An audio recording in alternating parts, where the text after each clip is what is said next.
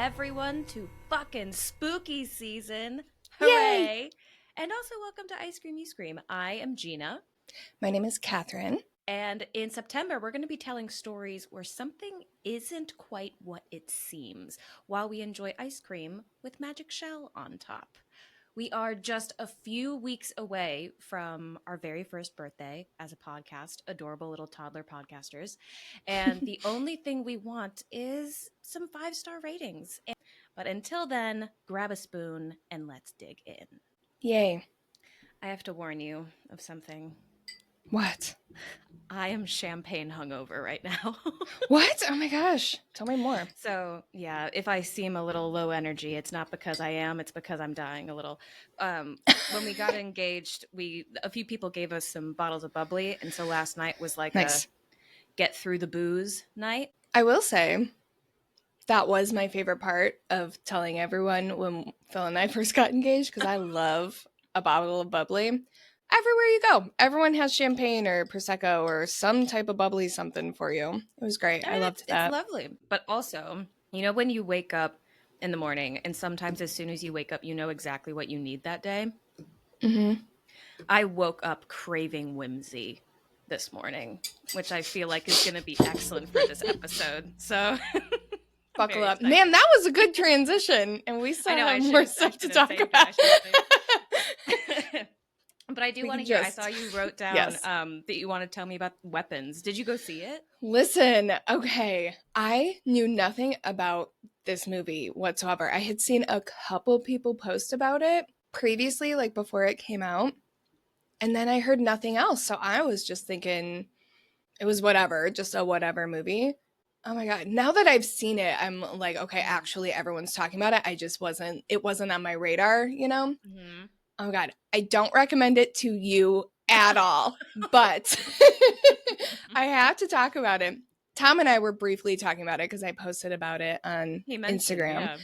And anyone out there who loves a good murder, not even murder mystery, it's like a horror mystery. Fantastic. It is the most creative and well done horror movie I've seen in a very long time. We very rarely go to the movie theater because I'm kind of a baby and I get a little stressed when we go to the movies. Mm. But Phil really loves it. So I'm like, okay, if you really want to see something, you have to tell me that you want to, and then we'll go. I'm never going to be the one to say I want to go to the movies. That will never happen. But I am willing to go if you want to go. I'm so glad we did, because it was like, you don't have to see it in the theater, but seeing it in the movie theater added to the experience. It was just so good. It was so cleverly written. It was shot beautifully. I don't want to say anything about the premise because I did not know anything. All I knew was it was a horror mystery, which I missed that Phil was texting it to me, and I missed the word horror. I thought it was just a mystery. So halfway through the movie, I was like, what the fuck are we watching right now? So yeah, I knew it was a mystery. I knew it starred that blonde chick from Ozarks and some Brolin guy. That's all I knew about the movie. And that was perfect. That was all I wanted to know. The only part of the synopsis I will say, this is not a spoiler, is an entire classroom full of children go missing and no one knows why. And that's all I'm going to say.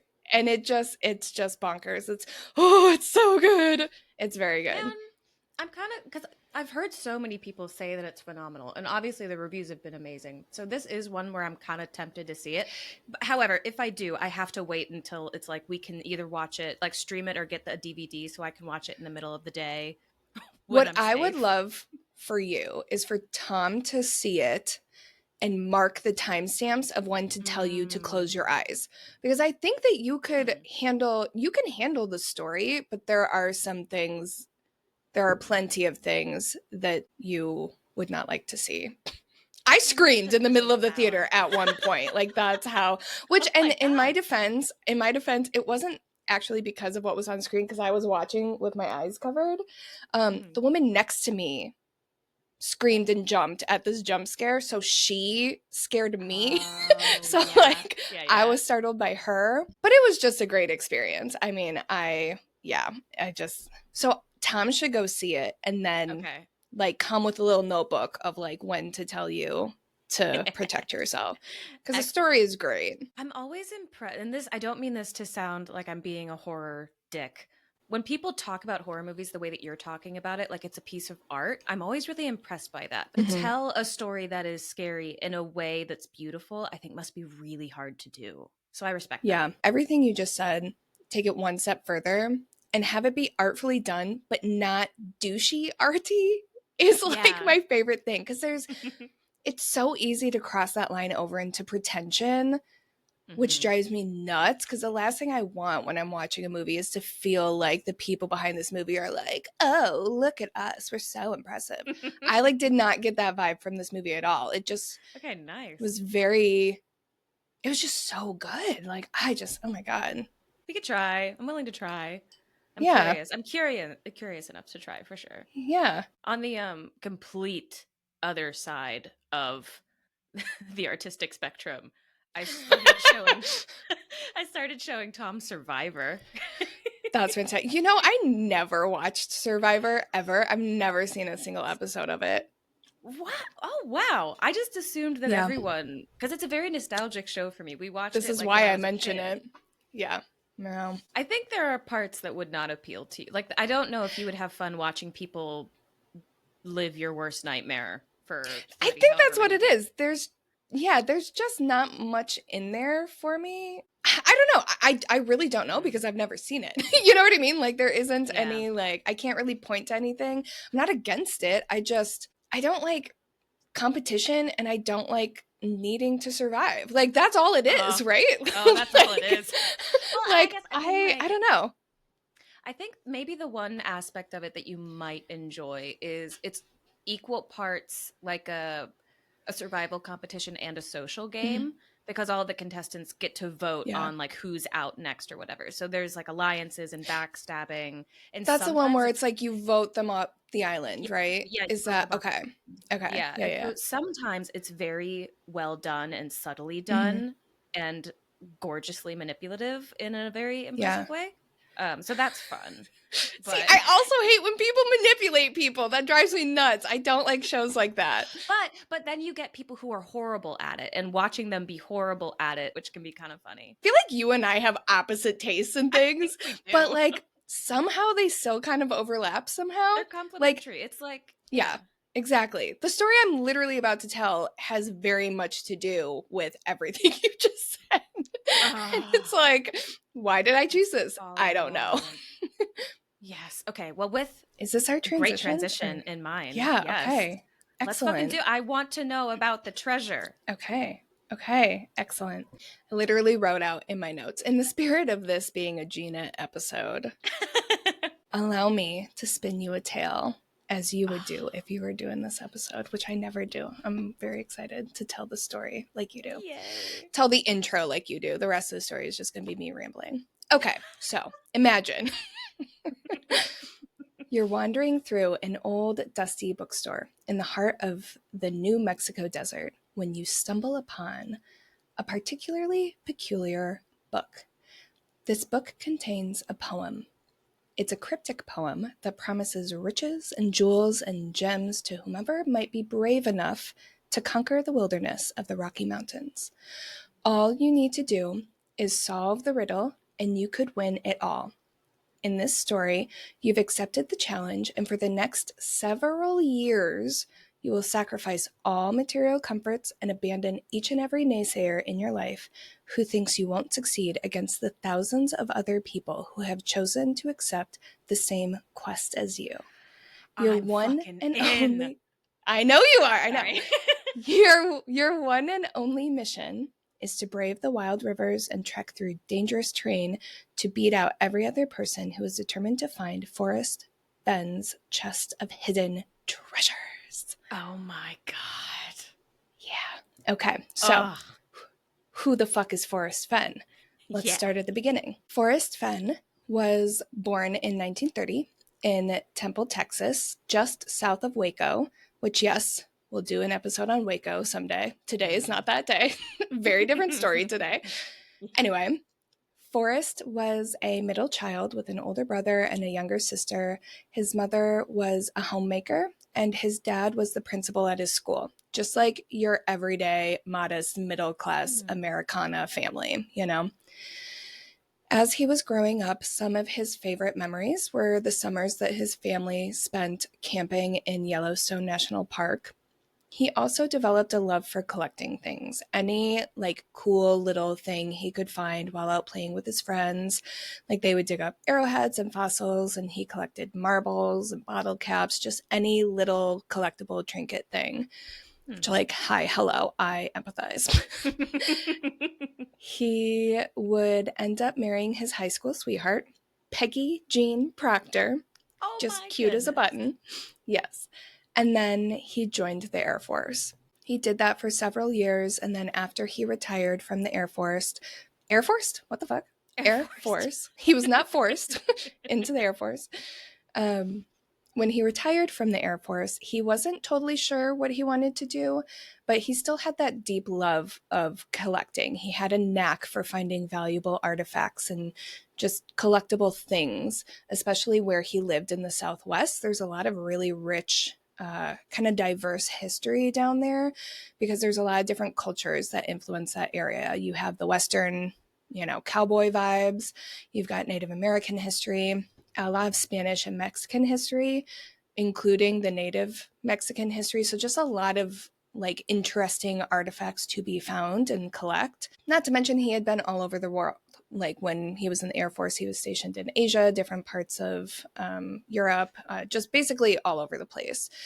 So he found a way to continue collecting things throughout his time in the Air Force. So he ended up getting into art dealing because he had accumulated all of this kind of cool, rare stuff that he found to be really valuable. And he had just really honed in on his niche. Like he got really into Native American artifacts specifically, and he had a talent for spotting like what was valuable and what was a little more common. So that would lead him to opening and co-owning an art gallery in Santa Fe, where he eventually settled with his wife. And by that point, he had 2 daughters, Kelly and Zoe. He'd go on to do this for many years, and his reputation in the art world just kind of kept growing and growing to the point where he became very wealthy, and he had numerous celebrity clients and people that he would trade with and deal to. One of the most common ones that was mentioned was Jackie Kennedy, which I thought was fun. They were like art world friends. Yeah, to the point where like she would stay in their guest house when she was like in town. Yeah, this guy was like a big so deal. Fucking cool. Yeah. Yeah. So he lives this long, happy life, big shot art dealer, fancy home, perfect family, just like the epitome of the American dream back when it was like attainable. Then in 1988, at the age of, what would that be, 58? I didn't do that math. Yeah, 58. He was diagnosed with lymphoma, and he ended up beating the cancer, but it was enough of a scare. And he was kind of at that age where he was starting to think about what he wanted his legacy to be. He's got this great family, wonderful business, big house, known and loved in the community, but he starts thinking, what is missing? Like, what haven't I done? What do I want to do before my time is up, whenever that comes?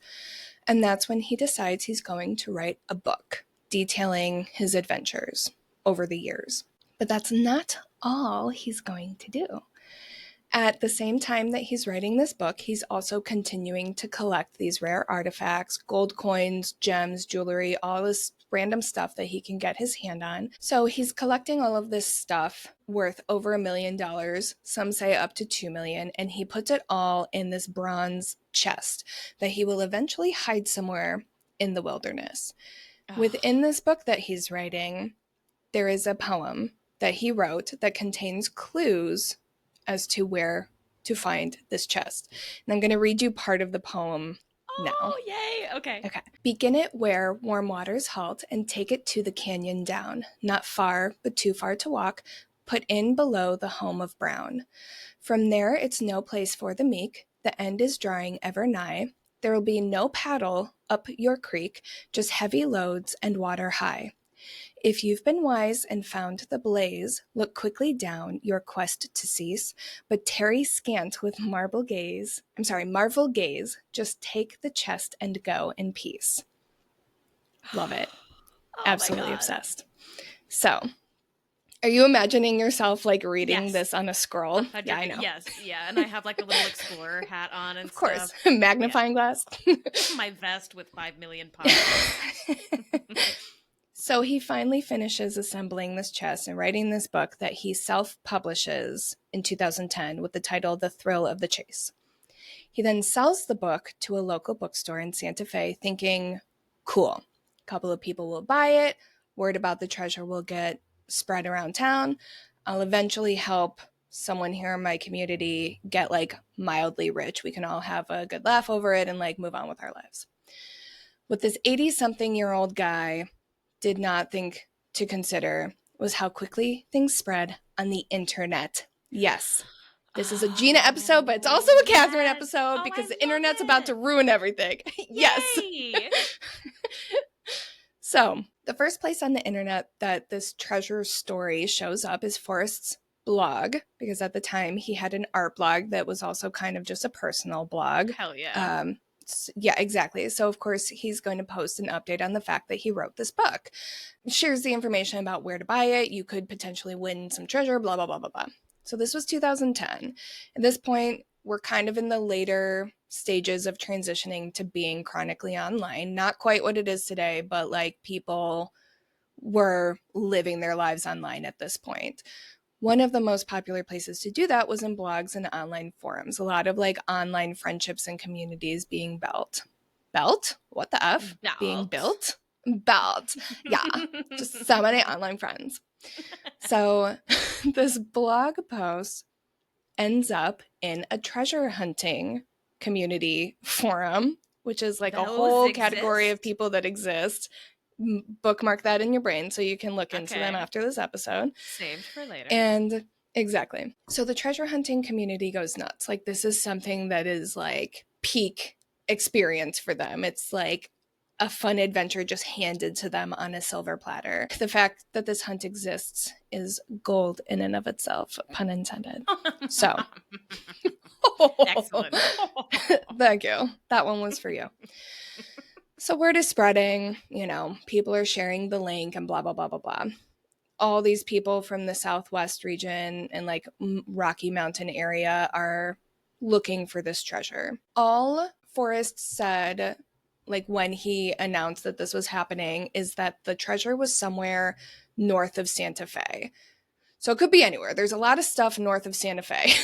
Mm-hmm. Like we're in the Southwest. So anyone in New Mexico, Colorado, Wyoming, like anywhere in that region, there's a big stretch of land where people were like, great, this is right in my backyard. I'll find it in no time. This is like hundreds and hundreds and hundreds and hundreds and hundreds of miles of land, but like relatively speaking, like that feels very close. Like, the United States is a big country. So like if you say north of Santa Fe, there's a lot of people north of Santa Fe that felt very realistic that they could find it, Mm-hmm. So Forrest is delighted. This is exactly what he wanted. The exact people he wanted to reach had found his message. They were all reacting positively, sharing tips and tricks in these forums, and just like having a blast. It was so much fun. Everyone was very excited. Everyone was just trying to like work together to figure out what the poem meant, but still like be the one to like find the secret, Mm-hmm. So this story spreads, local news stations pick it up. Once they pick it up, spreads to national news. Before you know it, it's 2013. Word has been out for about 3 years at this point, and all anyone is talking about is how some guy out west hid a bunch of treasure and it's yours for the taking. And I would say at this point, I remember this happening. This wasn't like everyone in the world was talking about it, but I remember hearing like a rumor of like treasure you could go find. And like there were a couple nights where me and like my friends, I was in Chicago at the time, we'd be like drunkenly planning how to like find this treasure that like allegedly existed. Like it hit the mainstream. Like I am not a treasure hunter at all, and I was aware of it. So I didn't realize this whole story existed around it, but I was aware that this was happening. So it got pretty big. It got very popular. So, like I've said a couple times, Forrest just continues like eating this up. He's so excited. He did a bunch of interviews. He was a guest on talk shows, both local and national. He even joined a bunch of the forums and he would communicate directly with the treasure hunters. And he even ended up building like genuine friendships with a lot of them. Like he would communicate with them. They were like friends. They were like genuinely Oh, online friends. he sounds like a So lovely guy. yeah, he seems great. Like he's just some random art guy from Texas. He was Yeah. like having the time of his life. He just like I think he couldn't believe how many people were invested in it. He really thought that Mm. this was going to be like a community-wide thing, and he was just elated when it spread the way that it did. So people from every corner of the country start traveling out to the Rockies searching for this treasure. Unfortunately, that includes people who had little to no wilderness survival skills, Oh, those shit. that I'm going to call indoor people, such Ugh. as myself. 2016, we have our first treasure related tragedy, is what I'm going to call it. Randy, I think it's Bilo, Bilyu, Bilo. He was a 54-year-old man from Colorado, and I will say, out of fairness, I'm not saying that he was one of like the indoor people, but just like there was a huge volume of people out there, and I think not everyone was prepared for how dangerous that region can be. Mm. So that was a weird transition. I just want to say, like, I'm not like saying anyone deserved anything if they were indoor people, but I don't know if this guy was. He just was the first one that something terrible happened to. So he had purchased a raft and planned to follow the Rio Grande in search of the treasure. The last his family heard from him was on January 5th of that year, so 2016. And when his family didn't hear from him again for up to 10 days, I think they said it was, they contacted authorities to send a search party for him and his little dog, Leo. Oh, no. After a very short search, and I will say, just in case anyone's like, what the fuck, 10 days? This is a very remote region, so it's not weird that he could have lost cell service. He could, you know what I mean? Like it Mm. wasn't just they were like, oh, he's probably fine. Like it got to the point where it was like, okay, this is probably like he should have reached a spot where we would be able to hear from him by now. So just Yeah. so no one's like, what the fuck. After a very short search in the helicopter, the rescue team spotted Randy's raft upside down on a bank along the river, and curled up next to the raft just a few feet away was Leo the dog, who was very scared and very hungry, but also alive. Okay, thank God. Sadly, I know, I know. Sadly, there was no sign of Randy, though, Oh. but eventually his body was found, but it was in a state that prevented them from being able to determine conclusively what exactly had happened to him. Oh. So, yeah, they're not, I mean, it was like he likely had been, in danger of some sort starting from the last time they heard from him. So, like, 10 days had passed. That's Mm, like kind of yeah. that's like a long time for them to be able to Yeah. tell exactly. He was known to have very high blood pressure, so it's possible that there was a medical emergency and he just wasn't close enough to civilization to get help in time. But unfortunately, we will never know. It could have been, you know, an accident with the raft or whatever, but there's not any way of us knowing.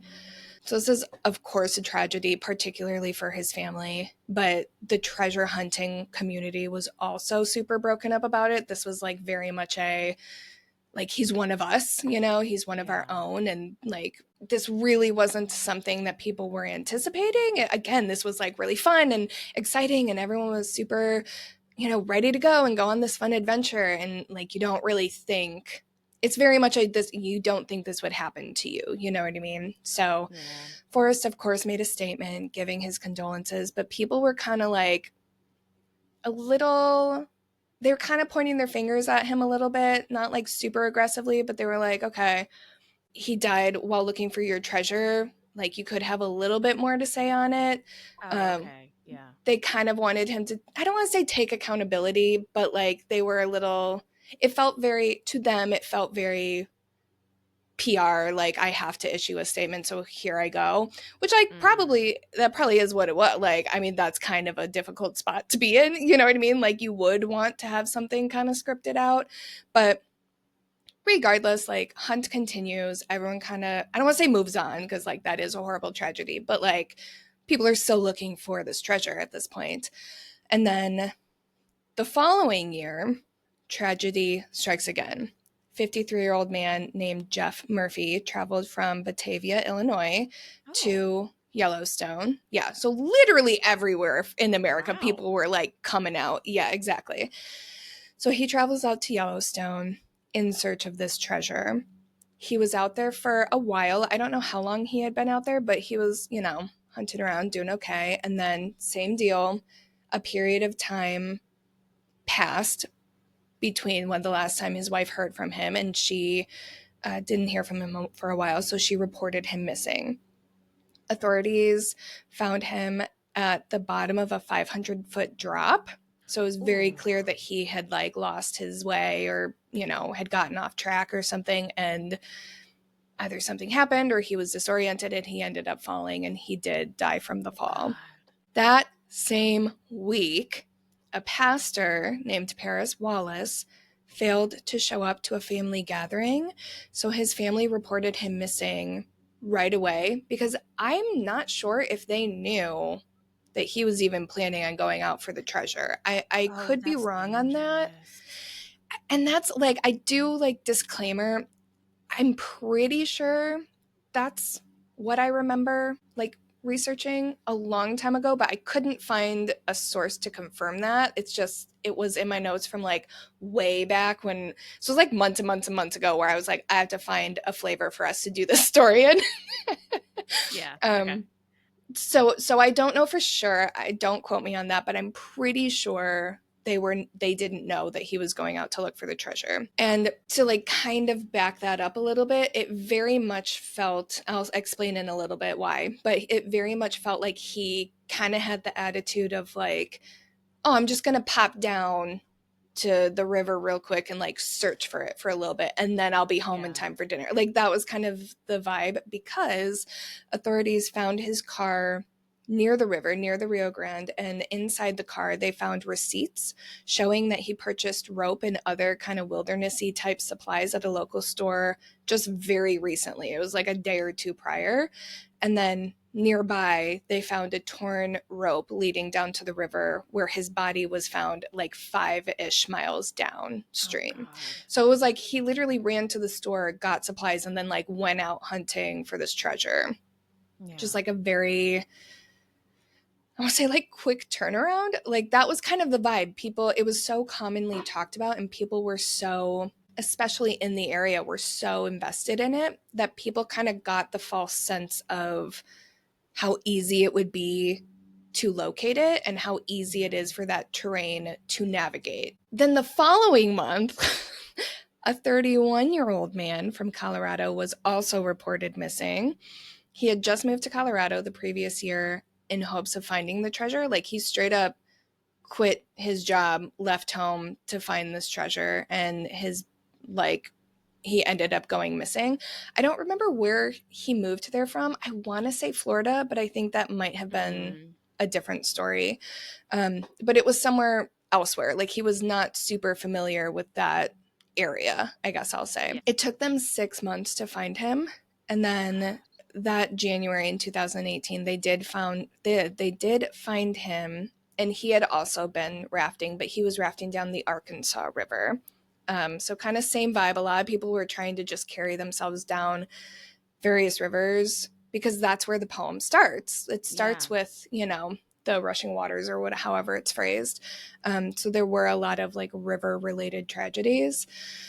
Again, Forrest made statements on all of these losses, offering his condolences to the families and like the pastor's parish and all their communities, et cetera, et cetera. But people the more lives that were lost and the more like bad things kind of happened, people kept zeroing in on him. And it kind of got to the point where people were demanding that he call off the hunt because it was getting kind of increasingly, I don't want to, let me rephrase. It seemed like it was getting increasingly more dangerous. As devil's advocate, I will say that is a lot of deaths in one year, but that's also the year that a lot of more people were coming out to look for it. You know what I mean? So it Mm-hmm. wasn't just like the same number of people are looking and just all of a sudden these people start dying. It was like at this point there were tens of thousands of people out searching for this treasure. You know what I mean? So it was Yeah. like it was kind of uh it was just weird. It went from this fun, exciting local community regional Rocky Mountain thing to like this international mystery or whatever. So Mm-hmm. Forrest maintained exactly that. Like it was just supposed to be some cute fun thing to bid the world farewell when he thought he was going to die of cancer. Basically, like not to cheapen it, but that really was how he approached it and how this whole thing was born. And his stance was whatever people decided to do with his book and his poem was their responsibility. It's also noteworthy that there was like a whole other faction of people who were adamant that he not call off the hunt because they felt that if he called it off then it just wouldn't be fair to the people who were still looking, but also they were arguing that these people would have died in vain because then Yeah. the treasure would just never have been found and it would have been, I hate saying this, I don't know a better way to say it, but it would have been kind of like a waste. Yeah. Like there were a whole lot of people that very much felt like finding the treasure would like honor the people who had died and just make it um a little bit more, I don't know, bring comfort to the community that, like, yes, this is a real thing and something that was actually able to be conquered. Because once the story hit the news and it grew to be discussed on like an everyday basis, it really felt more attainable than it was. And one of the things that were kind of leading people to calling him to call off the search was some people were really bothered by how blasé Forrest kind of seemed about the whole thing. Not about the deaths, but he really seemed like he was kind of eating up the attention. Like he Mm. accepted every interview offer. He, was in all of these forums and he just was like having so much fun with it. Whereas a lot of people were viewing it as like, hey, this is like a very dangerous thing and we need to give like a disclaimer for it. There are people who are not experienced treasure hunters like we are that are like actually not safe. So Mm. it was just kind of like a split audience, I guess. It just got out of hand. Like it just like went from 0 to 60 slowly at first, but then like real fast out of nowhere. To inject my own opinion, I genuinely don't think he understood exactly how big it got. I think that because he had these personal relationships with so many of the treasure hunters, I think that's like as far as his perspective was. Like, I think that he genuinely thought like this was within the treasure hunting community and the collectible and artifact people Mm. community. I don't think he realized just how many everyday people were sitting in Chicago at a bar with their friends talking and Yeah. joking about going out to find this treasure. You know what I mean? Like, I don't think he could fully understand how widely it spread. There is a Netflix documentary on this topic that I just loved. I think it's called Golden Greed. And one of the stories they follow, just to kind of paint a picture of how crazy invested people got into finding this treasure. This one story was about a man and his sons who I tried to find their names. I can't believe I couldn't find it. I'll pop them into the YouTube video when I find them. I didn't have time to rewatch the documentary for this episode, so I tried to just like figure out who they were in Netflix, and there's just too many people in this documentary, so I couldn't Mm. figure out which ones they were. Anyway, this family was like determined to find this treasure, and they spent years looking for this thing. I don't remember exactly which state they were in, but I think they were in like the Rocky Mountain region. And they spent years and years and years hunting, and eventually they came upon this boulder, this giant ass rock, and they were just determined. They were absolutely positive that this treasure was buried underneath this rock. So they dug and dug and dug around this giant ass rock. They got everyone involved, like community members. At one point, there were just dozens of people digging for this thing. They spent 2 years digging, not 2 years searching, 2 years 2 years dig. digging. I mean, when do you say, you know Yes. what, guys? I think we got the wrong rock. Did they get the right rock? No. Okay. I don't even know if there was a rock. Like they just Okay. like had decided that this was where it was. This is the one. It literally got to the point, like he even says in the interview that like his wife was like, if you don't stop digging, I'm gonna leave you. Like it was so, Oh my I don't God. know what ended up happening with that. I don't know. It was not mentioned, but she was not being interviewed in the documentary, so hope they're okay now. But they were just that obsessed with it, and they were that Yeah. determined to find it. And a couple of things. One, it was never explicitly stated that the treasure was buried. A lot of people just made that Hmm. association because you think, I'm going to go search for buried treasure. Yeah. But it was never said in the poem that it was a buried treasure. The treasure was, of course, not there.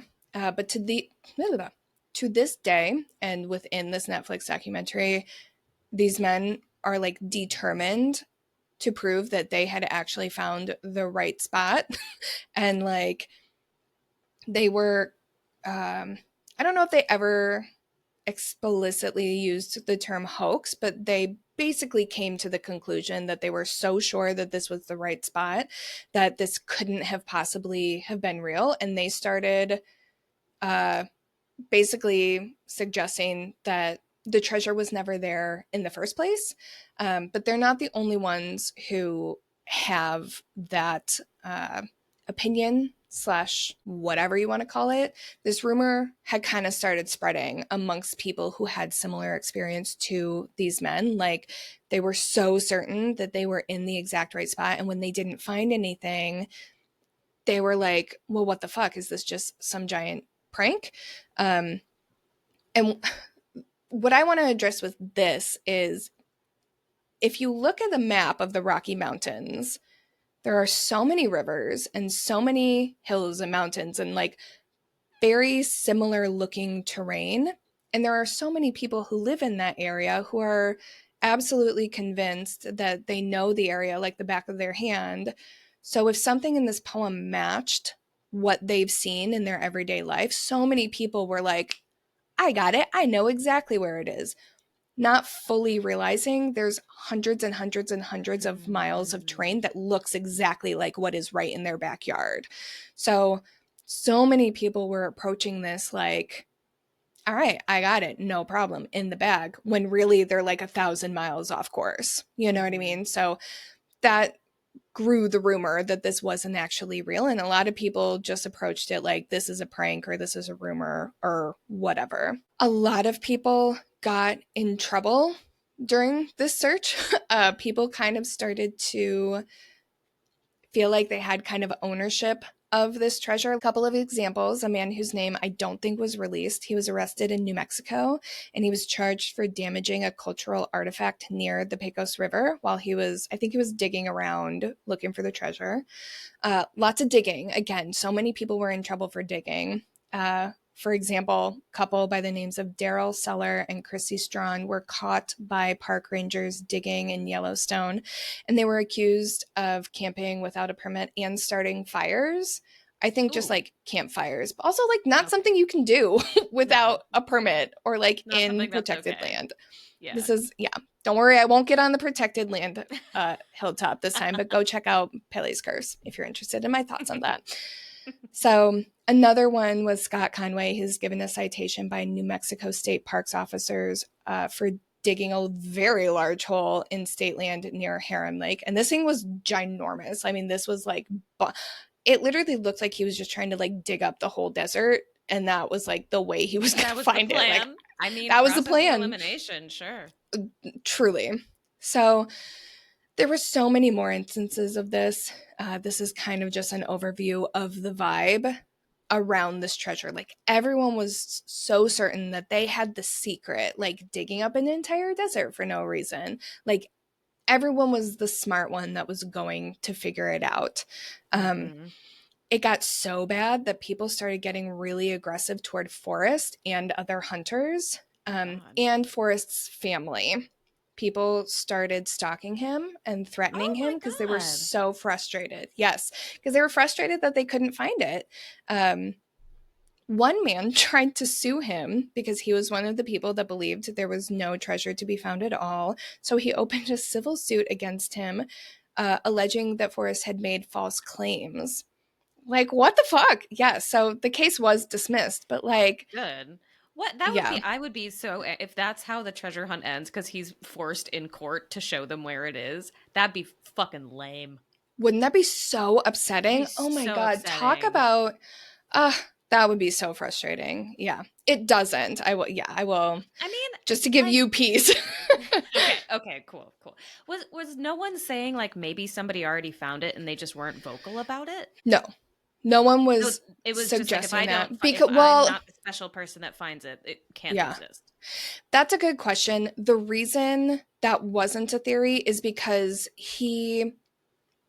uh, he would have announced that it had been found because Okay, okay. otherwise people would just keep searching forever and that would be annoying. You know what I mean? So he Yeah. did say he would share when it was found. So Okay. it was still out there. The hunt was still on. It had not been found. That was, well, I don't want to say that was known for sure because I'm sure there were people who were like, that wasn't like a big theory, but I'm sure people felt that or thought that or like Mhm. suspected that he had lied and didn't tell us that it was found or whatever. That wasn't like a big theory, but yes, I'm certain Okay. people did think that.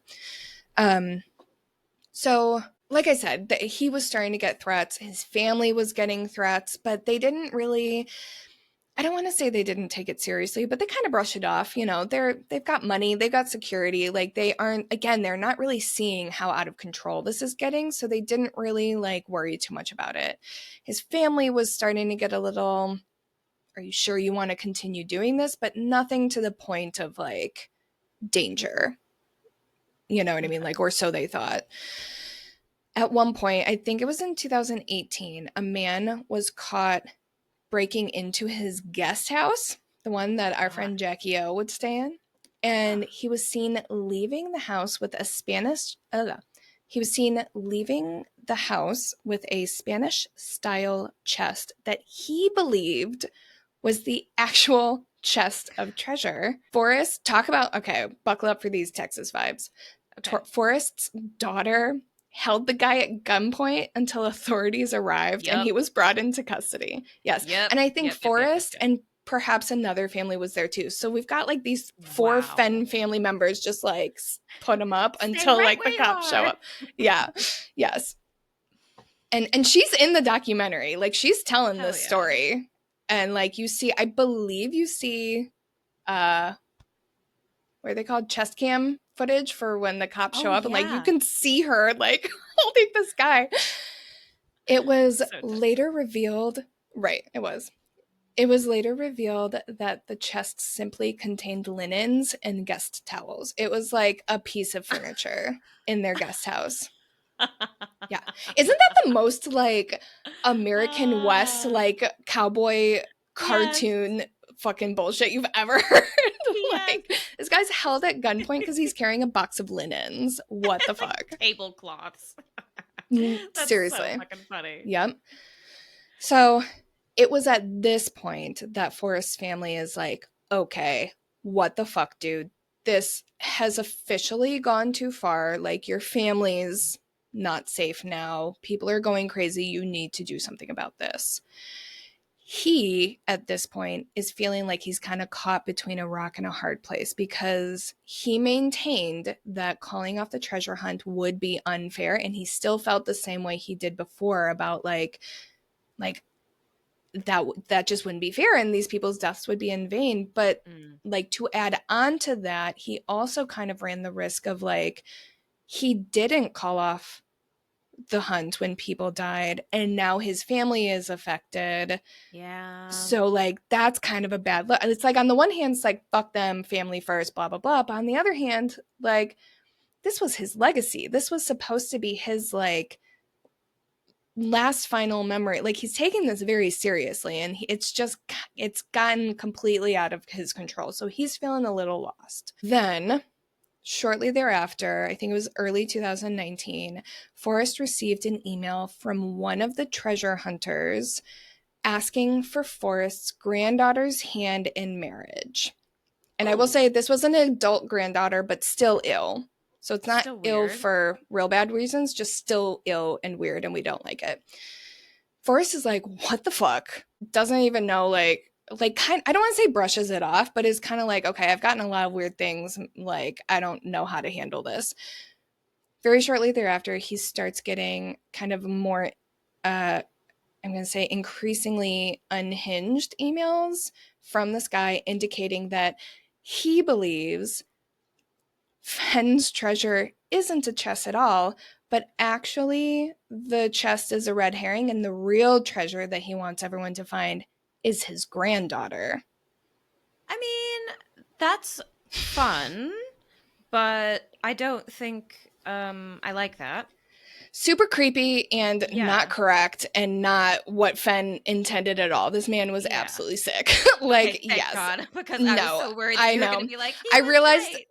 No, I realized the way I said that I forgot the theme of this month for a second, and just so you are well aware, that is not what Fenn Okay. intended this treasure hunt to be at all. Good. Thank God. No, I would not have been mildly defending this guy throughout this episode if that's what it was. I heard myself say it out loud, and I was like, wait, that's not, no, not at all. So yes, this man was mentally unstable, Gross. and this is not like, this again, this is how crazy people were getting. They were like, we can't find it. What else could it be? This was when people Mhm. were like starting to be like, maybe there's no treasure at all, like blah, blah, blah, blah. Like, that's what this was. So this guy gets arrested and is charged for stalking his granddaughter, and coincidentally, very shortly thereafter, the treasure is suddenly found. Ah, what good timing. Yes. What good timing indeed. So, in the summer of 2020, I don't remember exactly when, it was early summer, I think like early June or something, Forrest wrote the following in one of the treasure hunting forums. Quote, "The treasure has been found. It was under a canopy of stars in the lush forested vegetation of the Rocky Mountains and had not moved from the spot where I hid it more than 10 years ago. I do not know the name of the person who found it, but the poem in my book led them to the precise spot." He would later say in an interview with a local paper that the man had been confirmed with a photo, and they, like, he had his people or whatever, he had someone like send it in to confirm that he, oh, sorry, Cinnamon just like flew in the room, and I thought she was Oh. already in here, so she just like scared the shit out of me. Sorry. Okay. So he had someone send in a photo of this treasure confirming he found it, but he wanted to remain anonymous for obvious reasons. Same reason like a lottery Yeah, winner would want to stay anonymous. You know what I mean? I get that. But a lot of people did not get it, and they did not take the news well at all, particularly those deep in the treasure hunting community who had built personal connections and personal relationships with him and considered him a very close friend, because there were a lot of people, a couple of whom are in this Netflix documentary, because, but like, I'm not going to name them because I'm a little scared of them because they seem very intense.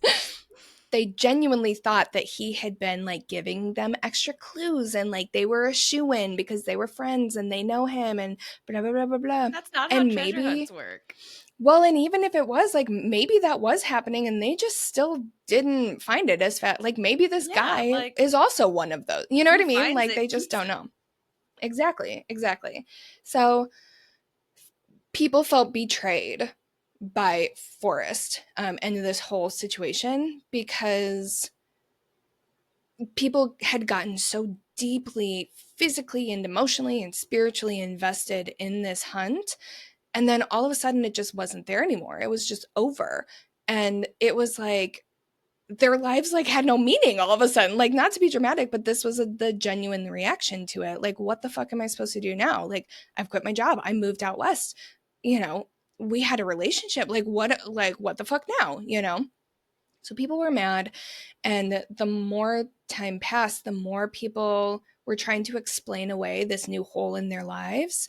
And that's when all these theories started like really coming forward. Like, people just could not accept that it had been found. One theory was just simply what it was. It had been found. It is what it is. We lost, whatever.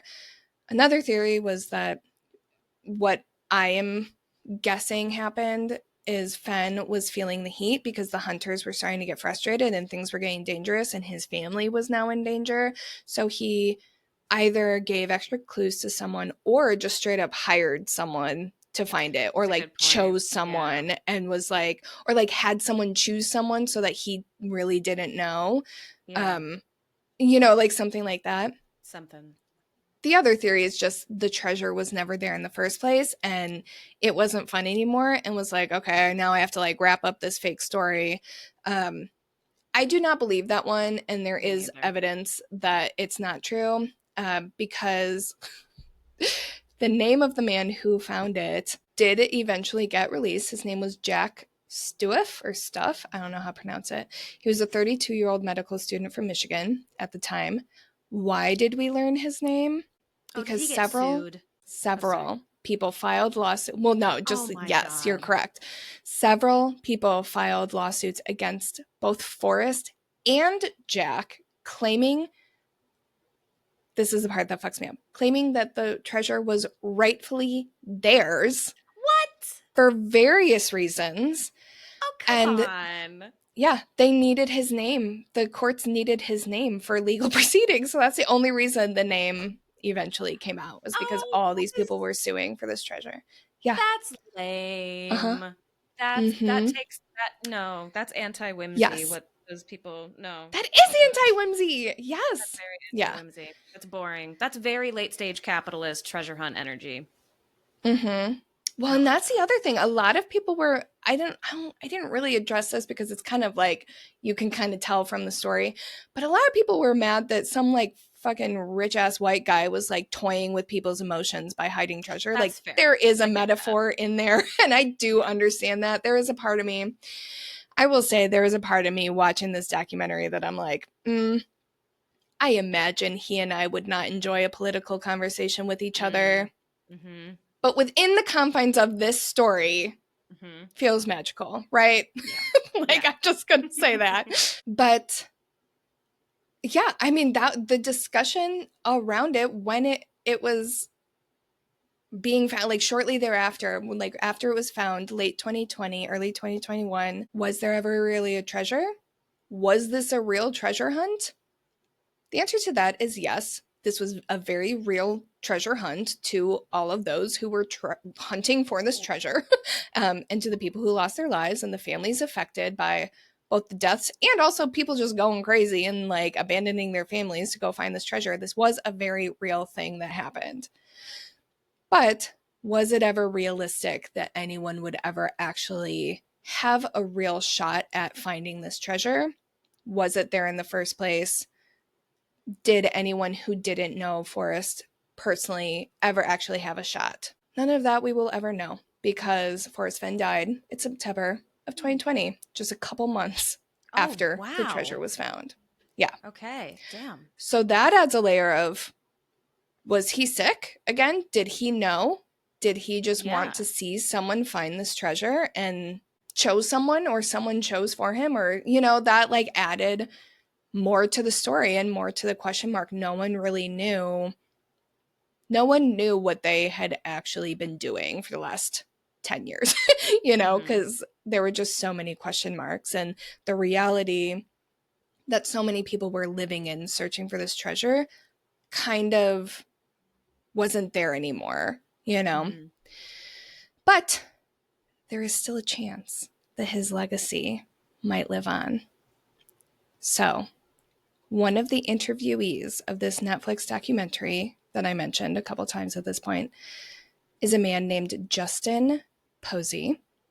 Justin was one of the hunters that had been looking for Fenn's treasure, and once the location had been revealed, he was just like gutted because he got so close. He was like at that Oh. spot, but like a few yards away. Like he was Oh, there. shit. So he was very, very close. He could not shake how close he had gotten. This is like a regret of his, you know, like he was so very, he could taste it. So he felt like a, not to like speak for him, but he felt almost like a kindred ship to Forrest Fenn. He very similar, into collectibles, loves solving puzzles and huntings and all of these things. He was just so excited that he had gotten so close, even though it was kind of eating him alive. He was like, he could taste it.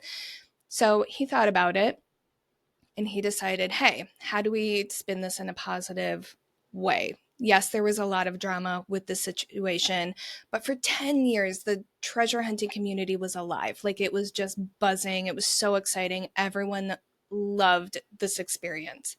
So if you watch this documentary and if you pay attention to his interviews in this documentary, there are clues that will guide you to where he has hidden a chest of treasures. Some of the treasures came from Fenn's treasure chest, graciously donated by Jack, the man who found Fenn's treasure. I don't know if it was donated or if he bought them off the guy, but some of the original treasure is in this chest. So if you're feeling adventurous, tune into that documentary. Hashtag not sponsored. I've mentioned this many times. Yeah. We are absolutely not sponsored by Netflix and will never be, but it's a great documentary. If you're feeling adventurous, tune in. Perhaps the hunt is not over. I knew you'd love that. What did you say the documentary's called? I don't remember. I think Golden Greed. Golden Greed. Okay, that sounds familiar. Golden Greed, literally, if you search Fenn's treasure or Fenn something, it'll pop up. There's like a tagline about his treasure. So, but I think it's Golden Greed. Yeah. Oh, I'm fucking watching that. It'll probably pop up for you now that we're talking about it. I feel like you just gave me a gift by telling me the hunt is still on. I know. That's amazing. You know what's so funny is I love nothing about treasure hunting. I don't like puzzles. I don't like being lost. I don't like getting dirty for too long. I don't like being outside for extended periods of time. I like nothing about what is treasure hunting. But watching this documentary, I was like, I could find it. I could try. I could try. It could be, yeah. We could go camping together, and that can be our camping experience in the actual wilderness. We could. We definitely could do that. Yes. Or I could drop you off and go stay at a motel. Either way, I think we'll both have a great time. I think so. That's exactly what I needed today. Thank you. You're welcome. That story. You're welcome. Do you want to bring some spooky vibes for me? Because I brought none. Yes. There's nothing spooky about that episode. Well, luckily for you, I have 2 spooky vibes. Oh, yay! We have 2 scaries on top. We have 2 listener stories. You ready to be spooked? I'm ready to be spooked. So both of the following stories come from friends of the pod, Tea Tales and Talks. Oh, yes. So check them out if you haven't already. They are amazing. So without further ado, I'm going to tell you the first story, which is titled Lady in White. Ooh. Yes, I know you love a Lady in White. Yes. Okay. When I was young, I used to see ghosts quite often. I believe children and adolescents are much more open and receptive to those kinds of things, which we have talked about on the pod before. Completely true. 100%. That being said, most of the things I would see happen... Nope, that's not what it says. Sorry. This is fiction. We are a fiction podcast now. And then the dragon came. And wait, if you have a story about a dragon, icecreamyouscreampod@gmail.com. Send it to us. Oh my God, absolutely. Or a worm, like a WYRM. Not like... I was like, sure, there could be spooky worms.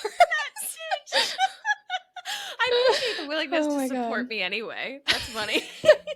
I could imagine there being a spooky worm. Oh my God. Anyway. Okay, actually, if you do have a story about a spooky WORM, send that to me.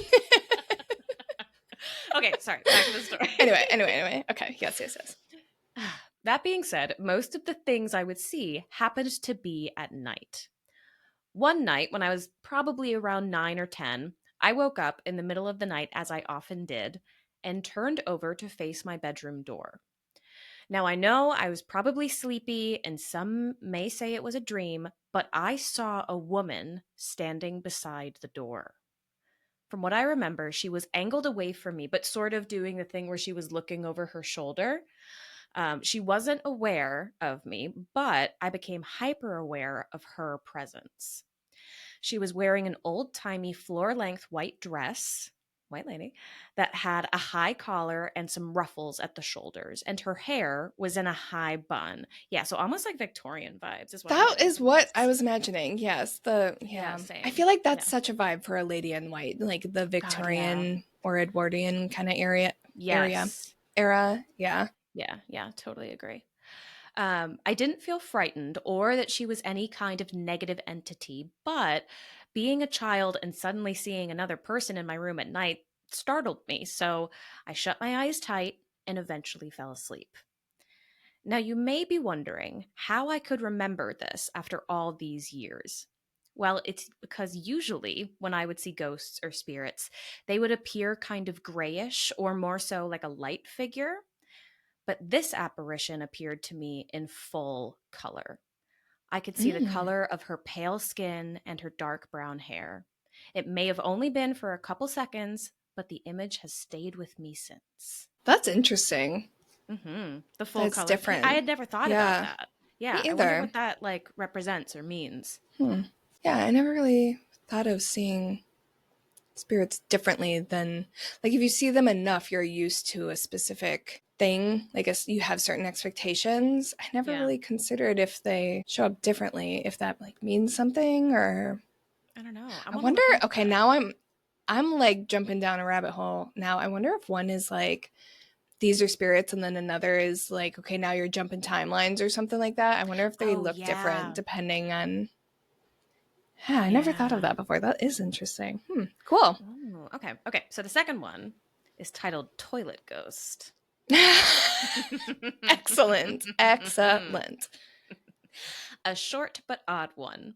One time when I was a teenager, I was getting ready in the bathroom doing my hair and makeup.